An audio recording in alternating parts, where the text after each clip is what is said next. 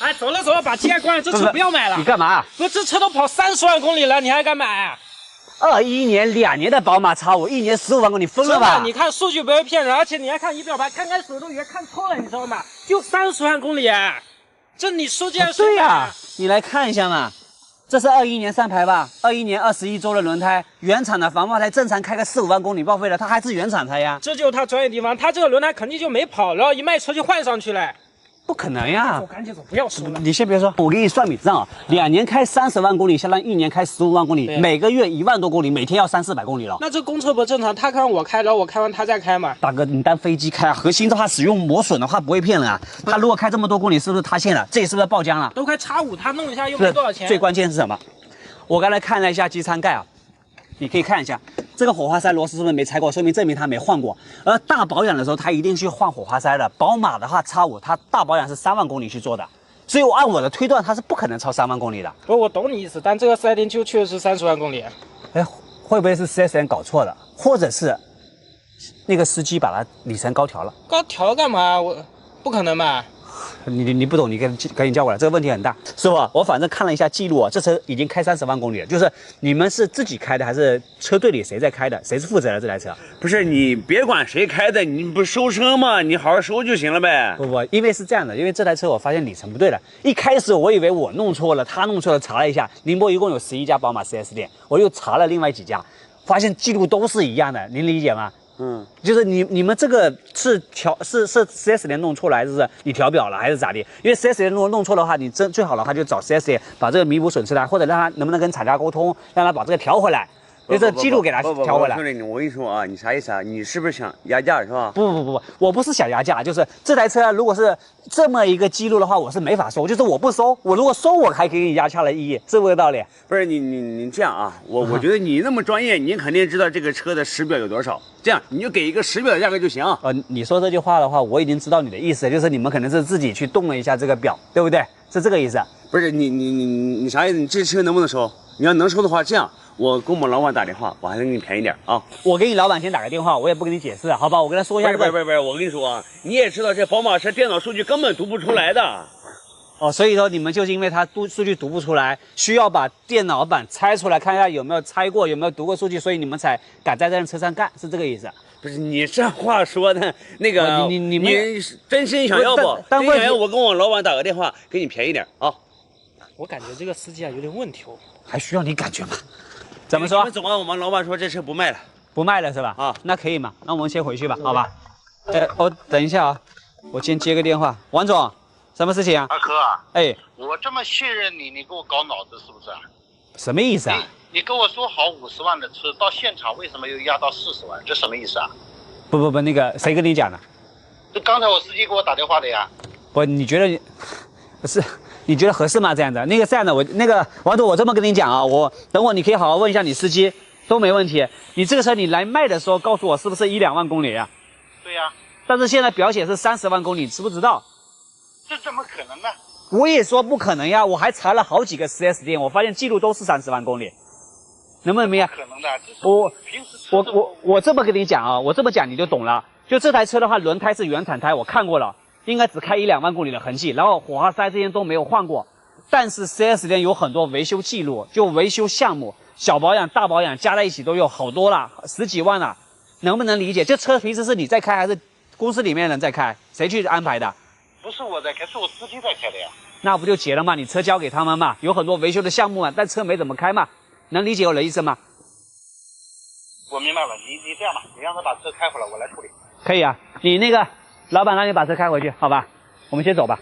到底啥情况啊？什么情况？你让兄弟们跟你讲嘛。哎，哥哥别看了，这车修了100多万。你脑子有问题吧？这丰田100多万，我们可以买5、6台了呀。你自己来看记录嘛，修了120万5638块钱。你是不是查错了这车子？我拿行驶证查了，你自己来对啊，车架号，看一下。不是，问题这台车就前保油漆，然后挡风玻璃换过，里程4万多公里，其他地方是原版的呀。自己看记录嘛，记录会骗人吗？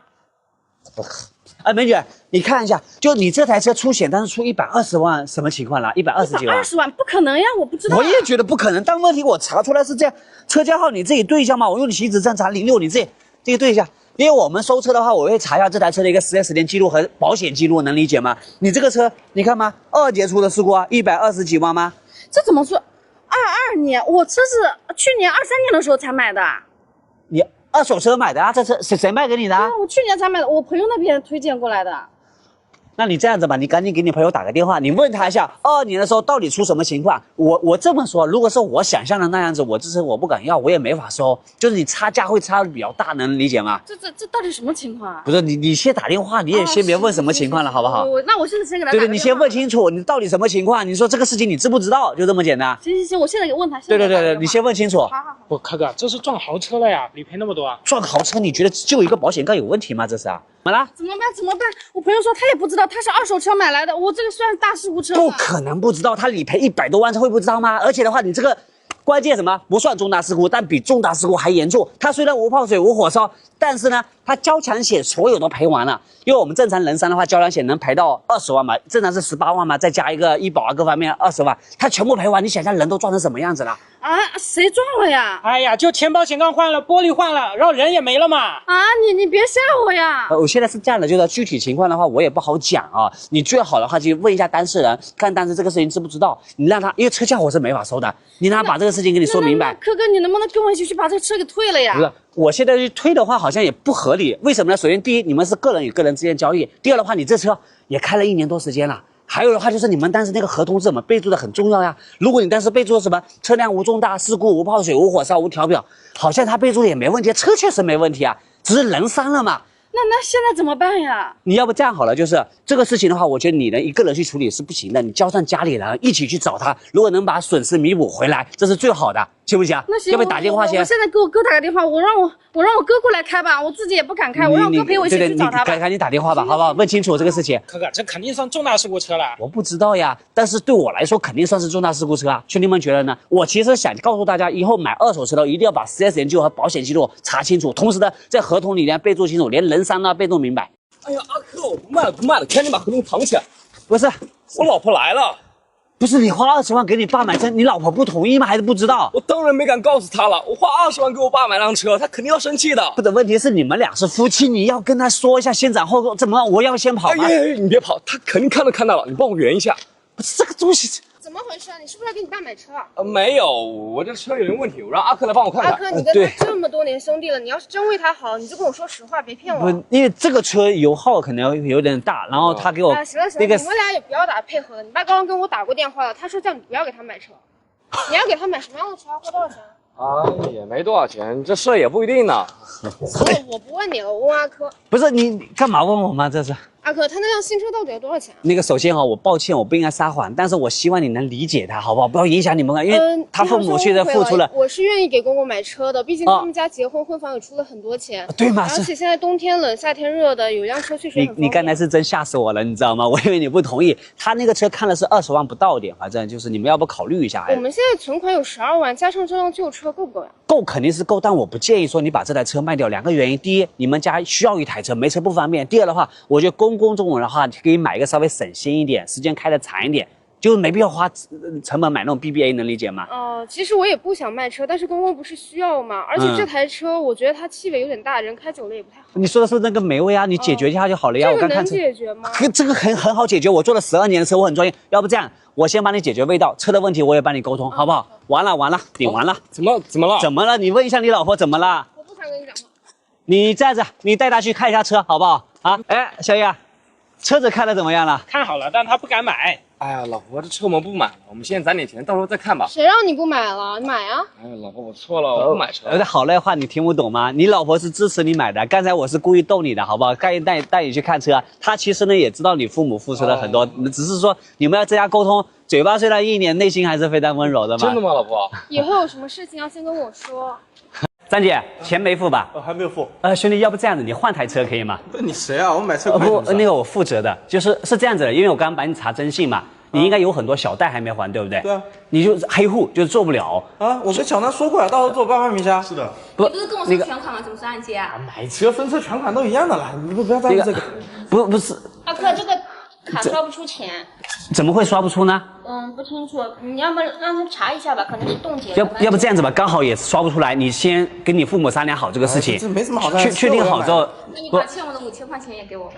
你的就我的，什么叫欠你的？你等我打个电话给我。不，你电话其实也不用打，因为我觉得买车这个事情呢，你要考虑清楚。我觉得你考虑没清楚。我考虑的挺清楚的呀。要不这样子，你要不再耽误个几分钟时间，我给你讲清楚，这个分期也好约好。好聊的呀。不，因为是这样子的，因为车牵扯到你和父母，因为要父母这边要签字也好，要干嘛也好，要做分期也好，对不对？我跟你讲明白之后，你再打这个电话好不好？再考虑清楚，要不到里面再做一下，就也不耽误几分钟时间嘛，先过来一下。这是资料，合同在里面。那你先去忙你自己的事情。那兄弟是这样子的，你应该也不小了，我感觉你也快30了吧？什么30？我才28。是这样子的，因为你毕竟28了嘛，你现在工作还没有，是不是吧？你怎么知道？你工作又辞职了？不，因为我觉得你没工作的话，没有最基本的收入来源，你如何去供得起一台车呢？不是，这关你什么事啊？我有钱给你，你有钱收不就行了吗？不是这样子的，你要做你父母名下，你父母的话，他工资有多少呢？他们工资万把块嘛，差不多8、9千样子。如果像这个月供的话，像这种凯迪拉克 XDS 要花5000多了，那你让他们怎么去生活呢？不是，那你卖便宜点给我就好了呀！我本来就觉得你们卖贵了。不。首先是这样子的，我觉得我们买车最起码有生活的一个保，是这个道理吧？最起码咱能够供得起月供嘛。你现在如果是所有都是靠父母的，我这么跟你讲，我们先说2个问题。第一个是价格，凯迪拉克 XTS 2019年的20左右的行情是非常合理的。第二就是我出来了是11年的时间，没有向家里要过1分钱。我相信啊，就是你父母和我父母应该年纪差不多。就你应该帮他去分担。这么多话，你现在是要开始教育起我了是吧？不，没有这个意思。这么烦的？不，一个没工作的你还教育起别人啊？不，帮谁呀？谁有理我帮？先不用吵，是这样子的，因为你愿意说我觉得是有道理的。为什么？因为在你的观点来说，你觉得是最正确的，但从我的赞助的角度的话，我觉得是从另外一个想法。我的想法是这样子的啊，就你听听看吧，你们2个都在，能不能考虑买个价位稍微便宜点，像丰田的考拉呀，或者大众的，像这种很。不是你开什么玩笑？我朋友都开 BBA， 你让我开这个出去，多没面子啊！面子其实和生活放在一起的时候，生活更重，你知道吗？我生活照样过得下去啊，那我总要顾得到面子吧？其实我觉得买台车就是家用代步，你觉得是吧？我们很多时候其实家里面代步用就够了。车子的话，我们是来服务我们的，不是我们去服务他的，你懂我的意思吗？对啊，他服务我啊，他让我更有面子了呀，有什么问题吗？没问题吧？不。没钱装什么面子啊？我也不知道该怎么去劝你这个事情啊。首先我告诉你啊，既然你钱没交呢，我就当做作废好了，也不影响你。作废个屁呀，作废！不是什么意思？你这是？你现在你要么把车卖给我啊，要么就赔我个3000块钱吧。你看我浪费在你这什么东西？我是为你考虑啊，给你3000块，你在想什么东西呢？我猜你这弄了多长时间？听你这逼逼叨叨多长时间了？不，我觉得你回去和你父母考虑清楚，如果愿意买，你父母一起过来，他愿意付这个钱，没问题，我就卖给你。要不然这个事情我就要么把车卖给我，要么给我个3000块钱，正好我跟我女朋友出去玩一玩。不好意思，这个事情我不可能助你的。这个是你什么意思？你合同想拿走还是什么意思？那不然了，你看着我拿。你看这样子行不行？我门口的话便宜点的那个宝马，不要跟我讲这个。12年宝马9万多，不是很？要么就这辆车卖给我，要么赔我3000块，你自己选。你拿合同有什么意义呢？上面的话章也没有盖，手印也没有按，而且是建立在你是有钱的基础上，按揭征信没有问题。你现在小贷都没还，你这样子什么东西啊你啊？你以为全世界就你一个卖二手车的是不是？不是你这个态度没必要的，你知道吗？到别处买是不是啊？你要不这样子，到时候回头和他商量清楚吧，和父母商量一下。你这样子有什么意义呢？兄弟们，这个美女花了8万块钱买了一台19年的奔驰 C， 感觉价格不对劲了，让我帮她验一下车。大家如果买二手车的时候呢，也可以学一下，买二手车注意哪几点才不被坑呢？行了，哥，你赶紧帮我看看前面的发动机吧。行，你买车的时候资料有吗？什么资料啊？就是大本行驶证、合同、保单呢。你不是过来帮我看车吗？怎么要看我资料啊？看车只是一方面呢，合同很重要的。合同带了吗？哦，带了，我在车里给你拿。行，兄弟们也可以学一下啊，签购车合同的时候怎样不被坑。你这个大本上过户9次了呀。很多人在买二手车的时候呢，没有注意大本的问题。大本呢，一般有2个问题。第一个呢是过户的次数，你如果说是全款的呢，大本拿在手上，你可以看到过户多少次了。如果是分期的，一般大本呢是压在银行或者抵押公司的。你这个时候呢，一定要让销售把这个大本照片拍给你看，看清楚到底是过户多少次了。你这上面过户9次了呀，太多了呀。我也不懂呀。第二个问题就是营运跟非营运，非营运呢，这个上面大本上其实是写的清清楚楚的，你这个是没什么问题的。合同我看一下，这合同应该是没什么问题的。他们说车况都是有保证的，而且这个车也是我朋友介绍买的，应该没问题吧？你这合同有很大的问题啊！你看啊，合同上写着此车无重大事故、无泡水、无火烧，具体车况已告知乙方。你这个前面撞了，他有告诉你吗？他们说就是前面保险杠擦了一下呀。哪里是保险杠？这前面水箱框架这里都撞了，你看这些地方都拆过了，而且气囊都炸了呀。你这个已经是事故车了，但不是重大事故车，等于说他们把这个事故车说成小刮蹭了，玩文字游戏了，你理解吗？哎呀，当时在店里搞合同的时候，他们也没告诉我，我也不懂啊。一般正规合同上面应该写着此车无事故、无泡水、无火烧，不是写无重大事故的。因为像这种情况呢，它属于碰撞了，属于事故车，但不属于重大事故，就扯皮了，玩文字游戏了。而且上面应该写着此车发动机、变速箱无拆卸、无大修。如果是分期的，分期做不下来，必须无条件退车退款的，这个都要写清楚的。那可怎么办呀？你这个公章都没有，哪怕你去找人家告人家都没用啊。这个怎么办呀？这都你电子保单有吗？哎，有，我给你找找看。大家在买二手车之前，一定要查清楚它的一个出险记录和 4S 维修保养记录的。这个怎么查呀？打保险公司电话就可以查的呀。这个车一共出险1次，总共赔了67.3万多。67万多啊！什么时候理赔的？是这样，车主是在23年7月份撞了一位老人，然后又撞到旁边的树上了，他伤了人就赔了60多万，车辆维修呢赔了7万多，总共赔了67万多。好，谢谢。不，你听到了吧？怎么赔这么多呀？理赔都67万多，修车7万多了。这个咋办啊？不哥，你帮我个忙，咱俩一块去把这个车给退了吧。你合同上写着此车已告知乙方，而且没有盖公章，哪怕我去帮你的话，都找不到人家的呀。那我也没有办法了，要不哥我这个车便宜点卖给你，你看7万5都行。不是多少钱的事情，我们事故车不能做的。那这个怎么办呀？哥，你可得帮帮我，我可是你粉丝呢。你别急好不好？你看这样好不好？我帮你联系一下，看看那个有专门做事故车的人能不能给你批掉，行吗？啊。好，谢谢哥。还有就是兄弟们，你们也可以学一下啊。如果说不会看车况没关系啦，按照我刚才说的那几项查清楚了，这个车况大概就了解清楚了呀。师傅，他就换个机油，怎么修出来3万块钱的啊？对啊，我好好把车子开过来，又没碰又没撞，哪里来这么多钱啊？他这不是维修，他是做保养的钱。保养啊？你换了什么机油？黄金机油也不可能要3万块钱的呀。你先别激动，我们现在有客户在，要不我们到洽谈室去商量一下。看别跟我说洽谈室，有问题这里解决，好吧？不是，你在这里也会影响我做生意的，你不去洽谈室我怎么解决呀？那我看你怎么解决。这所有项目都对的，3万块钱没错呀。你3万块钱修了什么东西？你跟我们讲一下。这不是维修，这是给他做大保养，确认过的呀。你确认过？那大保养是什么东西？我不知道呀。我电话打过的，你同意我才做的呀。你又没说3万块钱，那我同意。等一下，他做这个大保养之前打电话跟你确认过了，对吗？对，他跟我说什么东西链条要换掉，要不然我发动机要大修。那我觉得这是大事啊。那我说你换嘛，你给我换掉。什么链条？我也记不清正时链条吗？你说的什么链条？哎，除了这个链条，还有那什么变速箱的油也要换，要不然又是大修。那我又不懂这些东西，你说是不是？师傅，他车才4万公里，你跟他说正时链条如果不换的话，发动机要大修；变速箱油要不换的话，变速箱要大修。你们都这样忽悠客户的吗？我们没有客户，也是为了客户安全着想，对不对？你别跟我扯了，你这些费用是公开透明的吗？对，公开透明的呀。来，你看啊，这上面写的汽油滤芯保养，这是什么意思？什么叫汽油滤芯保养？我们这定期正常定期保养的呀。如果说汽油滤芯换过了，也就不说了。汽油滤芯根本就没有换，你凭什么收800块钱呢？我们这正常保养的呀。先不说这个啊，来你看啊，全合成机油怎么要580？正常不就400左右就够了吗？这和那个机油内芯加在一起的钱呀。机油内芯才几十块钱一个，怎么可能加一起要580呢？他有可能算错了，到时候再退你100块钱好了。不是100块钱的事情。来，你看啊，这个呼吸系统保养，这是什么东西？你跟我解释一下。就是汽车车内空气清新呀。空调滤芯是吧？也可以这么理解。你这个不是粉尘过滤器，这不也是空调滤芯吗？那等于说是收了2次钱呢。这是为他安全健康着想的呀。好了，你别跟我扯这么多啊。火花塞，你把那个原来的记录拿出来。原来3万公里的时候，他在你这里，你给他换过火花塞的，为什么现在4万公里又给他换火花塞？这1万公里换一下也很正常呀。他这是1斤火花塞，原厂的能跑8万公里呀，不需要换的，而且一个火花塞才多少？100块钱左右。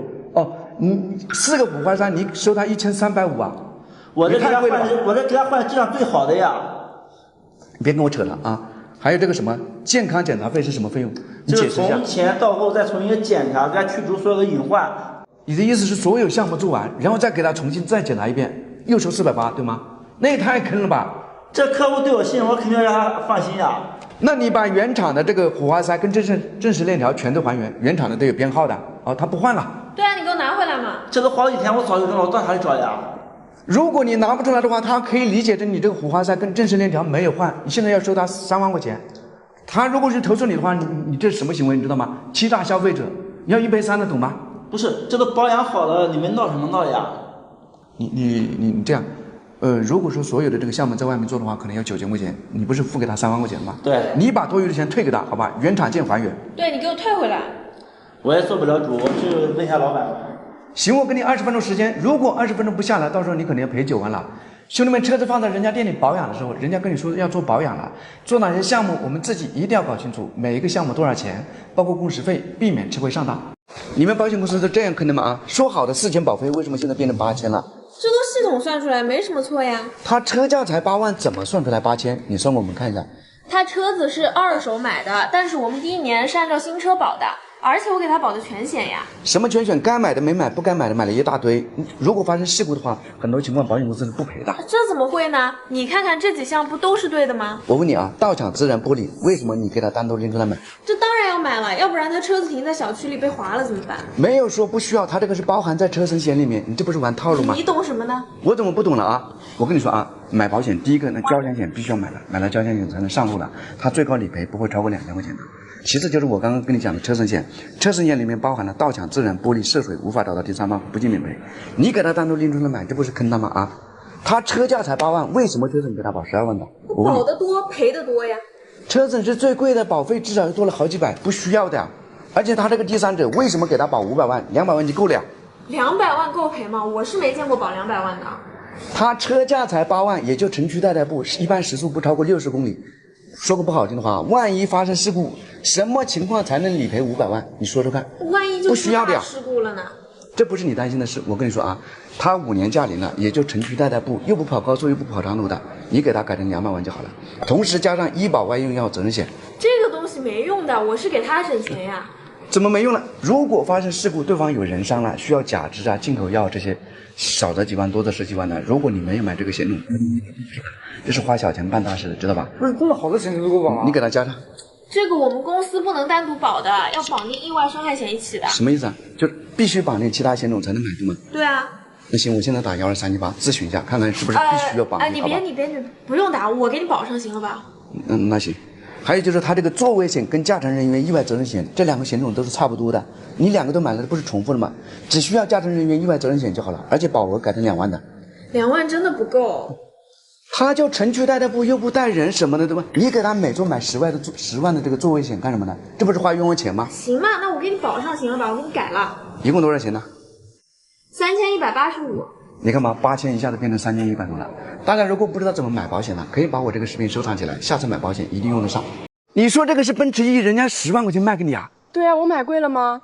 怎么可能？哪怕这个车是大事故，或者是刚从水里捞起来泡水车，也不可能这个价格的呀。车主跟我保证过了呀，这个车是无事故无泡水的。是的，这个车没问题的，情况很好，自己看吧。车是你的，你确定10万卖给他是吧？对，就10万卖给他，他是我闺蜜的朋友，哎，不等于我的朋友吗？对吧？但都是朋友的嘛，对吧？那你闺蜜为什么没来呢？我买车呀，她来干嘛呀？哎呀，哥，你快别问了，帮我看车况吧。那行，兄弟，你这个是迈巴赫啊，怎么可能10万块钱卖给他？别，你那么大声干嘛呢？被他听到，你好好看车就好了呀。你这个不会是过不了户的抵押车或者有债务纠纷的吧？那怎么可能？都是能正常过户的好吗？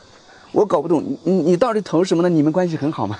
这跟你有什么关系呢？对吧？我卖给别人随随便便50-60万，我家里车多，只要他喜欢，我就10万卖给他，怎么了？他查一下，马上就知道这个车的价值了呀。那等查了再说嘛。他让你好好看车，你就好好看车呗。那行，我先看一下。小姑娘，车况看过了，没有任何问题的。我10万没有买贵吧？没，很便宜的。你放心好了，你还怕我坑你吗？我们赶紧去过户吧。好，走吧。哎，等一下，10万不是分期的价格吧？当然不是分期啊，全款给他的。你确定行驶证能上他的名字？我当然能确定了。啊，那你这个身上什么香味啊？好香！现在的小年轻真有点搞不懂，这。哎，等一下啊，好像不太对啊。我坐过我朋友的奔驰E啊，没有这个车这么大，而且也没有这个大屏幕。哦，这个车是高配的啦，你朋友那个可能是E300，我这个是E300L 的。你的意思是你这个是加长版的？哎，对，就是加长版的。哎，你这个车坐舒服吗？喜欢吗？舒服啊，非常喜欢。哎，我把钱付给你吧。哎，钱不急，我们先去过户。来，你坐副驾。不是你什么意思？你怕我去当电灯泡吗？刘哥，前女友来找你复合来了，他人来了。哎呀，你不是做二手车的吗？怎么现在当你修理工了？越混越差。你当初不是嫌弃我农村的跟我分手了吗？今天来有什么事啊？我当然是来卖车的呀。来，这个给你。什么意思啊？哎呀，当初分手你给了我2万，现在卡里有3万，连补带息都给你，密码是我的生日，你应该知道吧？既然分手了，我也没在意这个钱，这就算了嘛。别说那么多了，别打肿脸充胖子了，给你就拿着，真的是。还好我当初没选择你，不然我都变成黄脸婆了。你今天来是炫耀的，还是来卖车的？你车在哪里？我当然是来卖车的呀，在那边跟我来。行，你车开的好好的，怎么打算卖掉呢？这不是我男朋友送的吗？坐着感觉有点硌腰。我过2天生日，我男朋友说要送我200万的车呢。那他对你挺好的呀。那是肯定呀，我男朋友又高又帅，比你强太多了。你看我这个卡宴值多少钱？不，这哪里是卡宴，这是马看呐。这我男朋友130万买的，不是卡宴是什么呀？130万能卖2台这个车了，你男朋友是不是忽悠你了？哎呀，你到底什么意思啊？你是不是看我比你过得好，你开始羡慕嫉妒我是吧？不是，我怎么跟你解释呢？你不想打电话问你男朋友吗？你这是处处挑拨我们之间的关系，你是不是对我还有想法？行，我现在就打电话让你死了这条心。那时是没什么问题，就是公里数太高了，20多万公里了。做了这么多年过去了，你还记得我喜欢的味道啊？男朋友这个车什么情况呢？他说他一会照。刘哥，她男朋友就是忽悠她，这车是租的，你看行驶证。你懂什么呀？行驶证是租赁公司的名字，你男朋友确实忽悠你了呀？我男朋友跟我说了，他跟他朋友一起和我搞了一个租赁公司，这行驶证就是这样的呀。你老是说我男朋友坏话，你是不是见不得我比你过得好？不要恋爱脑了，你这么多年你怎么还是这个脾气呢？我肯定是希望你过得幸福，对不对？但是幸福是要靠自己奋斗的，不是靠别人的呀。这个停，不要说这些大道理，这车我不卖了，让开。你把这卡拿着，这个香膏就送给你好了。你回去问清楚你男朋友到底什么情况，好吧？兄弟们，我们800公里坐高铁来到这里，我侄女跟我说这里的奔驰、宝马3到5万一台，而且车况好的，是不是很便宜？我专门走大平台来，肯定靠谱。肯定套路啊！如果人家同年份的车能比我们便宜3到5万，我一次性拿50台，那我是不是赚大了？人家那是搞批发的，而且他说了，如果我车况看不上，路费、酒店全给我报销的。你现在赶紧联系卖车的人，待会儿少说话，我来处理，好吧？那你千万别说你是同行，不然人家车不卖给我了。行，兄弟们，我们待会儿看看他到底玩什么套路。开始玩套路了，原来联系的是个女的，现在接待变成一个男的了。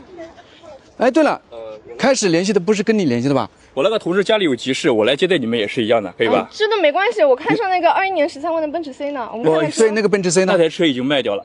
卖掉了呀！我800多公里过来，你跟我说车没了。我们公司的客户太多了，进进出出的，然后他先交了定金了，所以现在不是定金的问题。如果说你卖掉了，你早点通知我，对，我不过了呀，我800公里过来的，兄弟。是抱歉，当时2点钟他交的定金，那个时候估计你在高铁上面不方便通知你们，所以说。那你这样的实在是抱歉，好吧？叔，我都说了先交定金嘛，你看现在车都没了。你一交定金就是3万，万一被人家骗了呢，对不对？肯定不能先交定金的呀。这么大公司这么多车呢，怎么可能骗人呢？对，你放心，这点不会骗你们，我们大公司在这里放着呢，是吧？就是这样，你们如果说没看上车的话，这个路费啊、酒店费我们都会给你报销的。酒店、路费跟酒店都报销是吧？对，你们可以看看其他的车，看上其他车的话都会给你优惠的，好不好？那行吧，那行去看。走，我们去看看。兄弟们，你们有没有遇到这样的情况呢？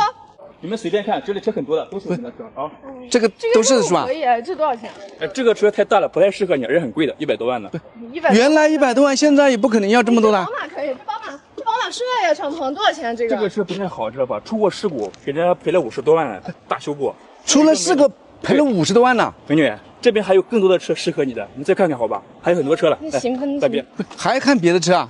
这个 EQE 就非常适合你，车况好，公里数少，可以看一下。哎，这确实可以，兄弟快帮我看看呗。这是哪年的车？去年的，23年的。哎，大哥，你们是做什么的？不，我看着你问我做什么的干嘛？聊天又没事。哎，大哥，你们做什么的啊？我开饭店的。啊，生意应该挺好的吧？还行吧。这个车非常适合你们，空间大，公里数少，真的挺好的。哎，你们对新车行情价了解吗？不是很了解。这个新车60来万了，开了1年1万公里，卖给你们45万。45万是吧？优惠很大的。叔，你看吧，你之前还老担心人家坑我，你看前面车有问题也跟我说，这车还给我优惠那么多，我就说他肯定靠谱，没有问题的。先别急，这个好像是先锋版的低配的，不是60多万那个。就是顶配的，不是先锋版的，你放心好了。不，你这个车况也没检测，检测报告有吗？而且4S记录能查到吧？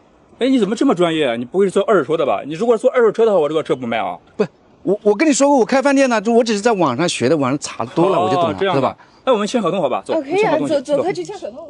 资料是没什么问题的，本来就没问题嘛。那你这能不能再给我便宜点？不能再便宜了，已经最低价格。那我都800公里过来了，你给我打个折吧。你诚心买的话，我再给你便宜5千也行。那我肯定诚心要的呀。你先别急，等一下，这个车价号我刚刚查了，新车指导价是48万的低配的先锋版的，而且现在新车优惠16万呢。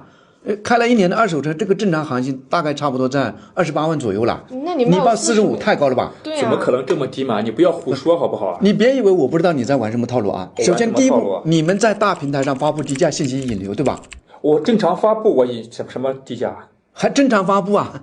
像这种大平台呢，如果说10万的车发个3万5万，价格太低了，是发不上去的。刚好他们就钻了这个空子，20万的车、30万的车是低过3万5万去发布，信息能发上去。他是通过大平台信任你们，联系你们的，而且来之前呢，你还跟他说的是报销来回的这个路费跟酒店住宿的，一步一步给他下套是吧？啊！而且呢，你还告诉他哪个车况是好的，哪个车况是有事故的，就是表面上是为他着想，骗取他的信任是吗？本来那些车都是有事故、有问题不能卖的，我确实是为他好啊。不，你还试探性的问我们是干什么生意的，看我们懂不懂行。就像今天他不懂的一个情况下，新车指导价才48万，优惠16万，你还给他报45万呢？他不懂，如果说你再给他优惠个几万，是不是他就开开心心把这个车买走了？那是不是坑大了？我是正常报价，好吧？还正常报价。而且你们最厉害的是什么呢？你们不像别人卖事故车，如果说卖了事故车，人家找上门了，对不对？你是卖正常车况的，那只是价格卖高了，他买贵了，他也没地方说理去啊，是吧？我正常报价啊。